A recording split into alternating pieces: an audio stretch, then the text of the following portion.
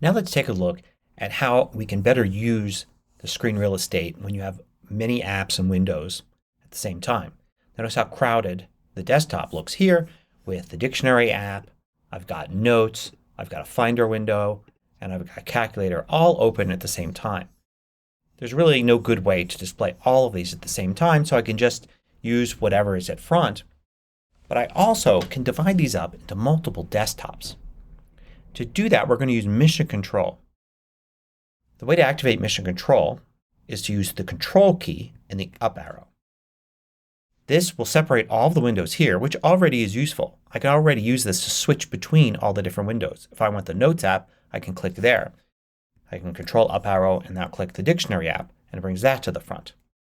But you can also use Mission Control to create another desktop. If I move my pointer to the top, you can see I've got one desktop here, and you can see what it looks like. But I can use the plus button here to create desktop 2.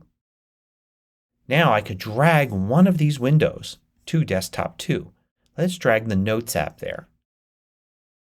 And now you can see I've got 3 windows here. This is the current desktop I'm looking at. It's highlighted there with the blue outline. And I can see what's on it. I've got this other desktop. I could go back to desktop 1 and see that the Notes app is now missing. Let's go back to Mission Control and I will go to desktop 2 and see that on desktop 2 I only have the Notes app. Those other windows are not in the way anymore. So I can switch between these with Control up arrow and then clicking on the desktop that I want, and it will create less cluttered desktop spaces. In addition, you can use the keyboard shortcut Control right arrow and Control left arrow to go between these. So notice here I've got desktop 1 and desktop 2 in this order. So if I'm on desktop 1, Control right arrow shifts over to desktop 2. Control left arrow then goes back to desktop 1. And you can have even more desktops than that. So I can do a third desktop here. Let's move the Finder window to that. And now you can see on desktop 3 I've got the Finder window. Control left arrow to desktop 2. Control left arrow again to desktop 1. I can now move between these 3 different spaces and I can organize my work this way.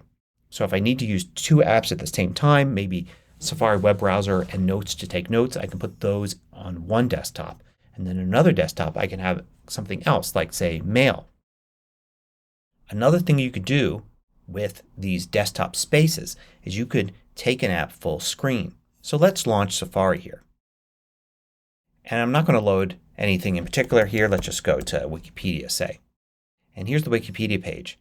I could move this to other desktops. I could go and expand the window to be bigger.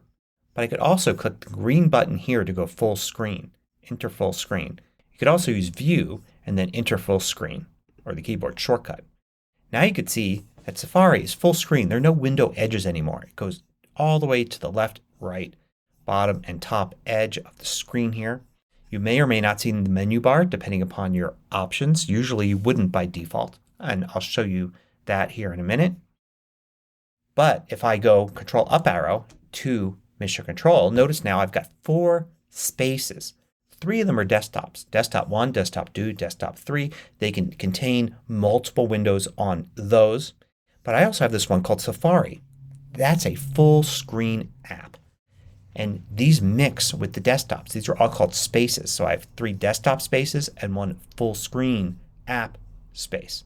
I can drag these around and reorder them. So now I can be here on the last space on the right. Control left arrow to move between those and Control right arrow to go back to navigate through that. I can always exit this by clicking the green button again and it will go back. You can see here to desktop 1. That's where Safari is now.